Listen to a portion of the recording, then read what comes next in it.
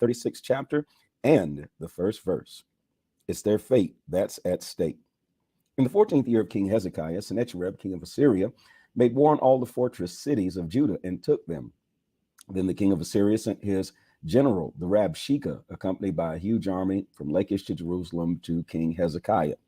The general stopped at the aqueduct where it empties into the upper pool on the road to the public laundry.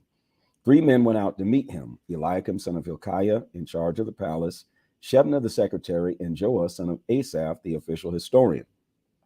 The Rabshakeh said to them, "Tell Hezekiah that the great king, the king of Assyria, says this: What kind of backing do you think you have against me? You're bluffing, and I'm calling your bluff. Your words are no match for my weapons. What kind of backup do you have now that you've rebelled against me? Egypt? Don't make me laugh. Egypt is a rubber crutch. Lean on Egypt, and you'll end up flat on your face. That's all Pharaoh, king of Egypt, is to anyone who leans on him. If you try to tell me we're leaning on our God, isn't it a bit late? Hasn't Hezekiah just gotten rid of all the places of worship, telling you you've got to worship at this altar? Be reasonable. Face the facts. My master, the king of Assyria, will give you 2,000 horses if you can put riders on them. You can't do it, can you? So how do you think, depending on flimsy Egypt's chariots and riders, you can stand up against even the lowest ranking captain in my master's army? And besides, do you think I came all this way to destroy this land without first getting God's blessing? It was your God who told me, make war on this land, destroy it. Eliakim, Shebna, and Joah answered the Rabshakeh, "Please talk to us in Aramaic. We understand Aramaic. Don't talk to us in Hebrew within earshot of all the people gathered around." But the Rabshakeh replied, "Do you think my master sent me to give this message to your master and you, but not also to the people clustered here? It's their fate that's at stake. They're the ones who are going to end up eating their own excrement and drinking their own urine." Then the Rabshakeh stood up and called out loudly in Hebrew, the common language, "Listen to the message of the great king, the king of Assyria. Don't listen to Hezekiah's lies. He can't save you. And don't pay any attention to Hezekiah's pious sermons telling you to lean on God, telling you God will save us. Depend on it. God won't let this city fall to the king of Assyria. Don't listen to Hezekiah. Listen to the king of Assyria's all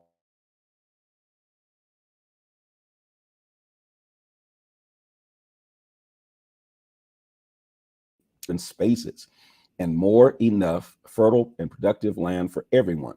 Don't let Hezekiah mislead you with his lies. God will save us. Has that ever happened? Has any God in history ever gotten the best of the king of Assyria? Look around you. Where are the gods of Hamath and Arpad, the gods of Zepharim? Did the gods do anything for Samaria? Name one God that has ever saved its countries from me. So what makes you think that God could save Jerusalem from me? The 3 men were silent. They said nothing, for the king had already commanded, "Don't answer him." Then Eliakim, son of Hilkiah, the palace administrator, Shebna, the secretary, and Joah, son of Asaph, the court historian, tearing their clothes in defeat and despair, went back and reported what the Rabshakeh had said to Hezekiah. Isaiah chapter 37, the only God there is.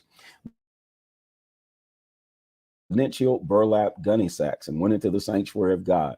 He sent Eliakim, the palace administrator, Shebna, the secretary, and the senior priests, all of them also dressed in peninsula burlap, to the prophet Isaiah, son of Amos. They said to him, "Hezekiah says this is a black day. We're in crisis. We're like pregnant women without even the strength to have a baby. Do you think your God heard what Rabshakeh said, sent by his master, the king of Assyria, to mock the living God? And do you think your God will do anything about it? Pray for us, Isaiah. Pray for those of us left here holding the fort." Then King Hezekiah's servants came to Isaiah. Isaiah said, "Tell your master this. Here's God's message. Don't be upset by what you've heard. All those words the servants of the Assyrian king have used to mock me, I personally will take care of him. I'll arrange it so that he'll get a rumor of bad news back home and rush home to take care of it, and he'll die there, killed a violent death." The Rabshakeh left and found the king of Assyria fighting against Libnah. He had gotten word that the king had left Lachish. Just then the Assyrian king received an intelligence report on King Taharka of Ethiopia. He is on his way to make war on you. On hearing that, he sent messengers to Hezekiah with instructions to deliver this message. Don't let your God on whom you so naively lean deceive you, promising that Jerusalem won't fall to the king of Assyria. Use your head. Look around at what the kings of Assyria have done all over the world. One country after another devastated. And do you think you're going to get off? Have any of the gods of any of these countries ever stepped in and saved them? Even one of these nations my predecessors destroyed?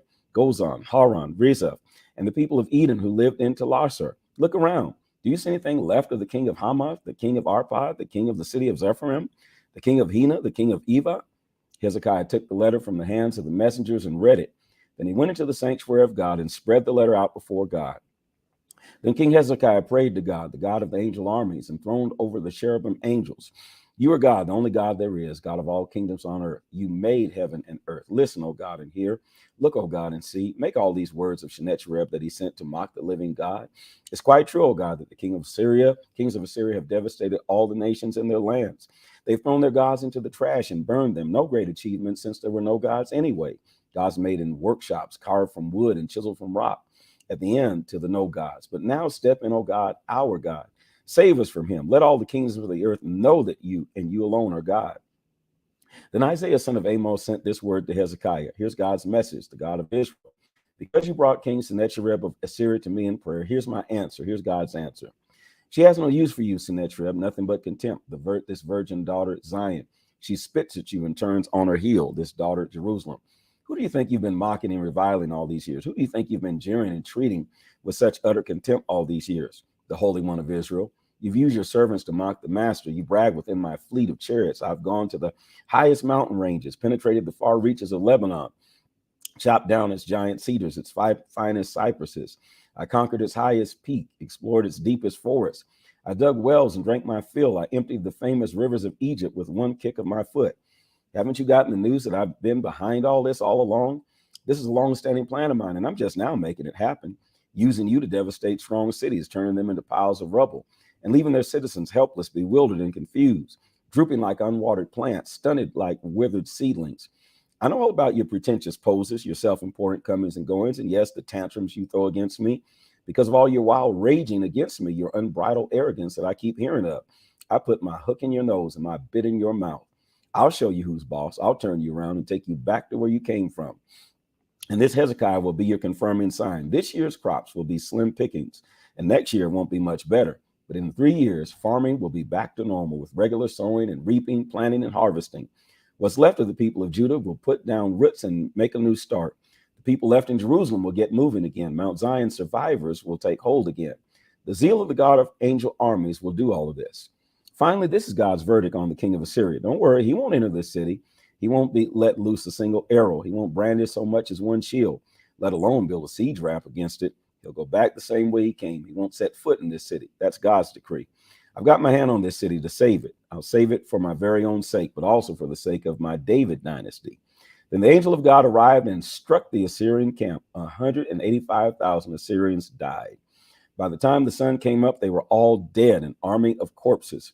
Sennacherib, king of Assyria, got out of there fast, back home to Nineveh, and he was worshiping in the sanctuary of his god Nisroch. He was murdered by his sons Adremelech and Sharezer. They escaped to the land of Ararat. His son Esarhaddon became the next king. The book of Isaiah, chapter 38, time spent in death's waiting room. At that time, Hezekiah got sick. He was about to die. The prophet Isaiah, son of Amos, visited him and said, God says, prepare your affairs and your family. This is it. You're going to die. You're not going to get well. Hezekiah turned away from Isaiah and facing the wall, prayed to God.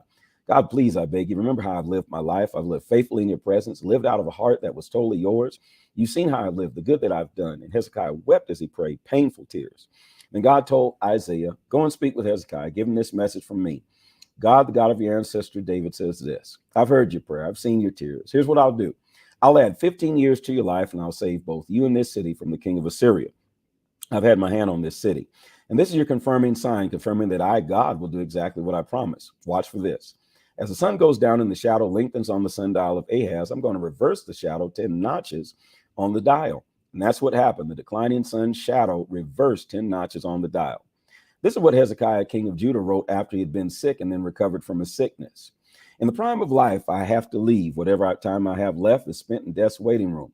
No more glimpses of God in the land of the living. No more meetings with my neighbors. No more rubbing shoulders with friends. This body I inhabit is taken down and packed away like a camper's tent. Like a weaver, I rolled up the carpet of my life as God cuts me free off the loom. And at day's end sweeps up the scraps in pieces. I cry for help until morning. Like a lion, God pummels and pounds me, relentlessly finishing me off. I squawk like a doomed hen, moan like a dove. My eyes ache from looking up for help. Master, I'm in trouble. Get me out of this. But what's the use? God himself gave me the word. He's done it for me. I can't sleep. I'm that upset, that trouble. Oh, Master, these are the conditions in which people live. And yes, in these very conditions, my spirit is still alive, fully recovered with a fresh infusion of life. It seems it was good for me to go through all those troubles, throughout Them all you held tight to my lifeline. You never let me stumble over the edge into nothing. But my sins you let go of. You threw them over your shoulder. Good riddance. Dead don't thank you. And choirs don't sing praises from the morgue. Those buried 6 feet under don't witness to your faithful ways. It's the living, live men, live women who thank you, just as I'm doing right now.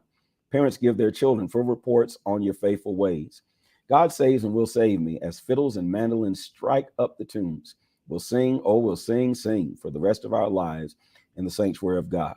Isaiah had said, prepare a poultice and put it on the boil. Prepare a poultice of figs and put it on the boil so he may recover. Now that's a tongue twister. Prepare a poultice of figs and put it on the boil so he may recover. Hezekiah had said, what is my cue that it's all right to enter again the sanctuary of God? This is the word of the Lord.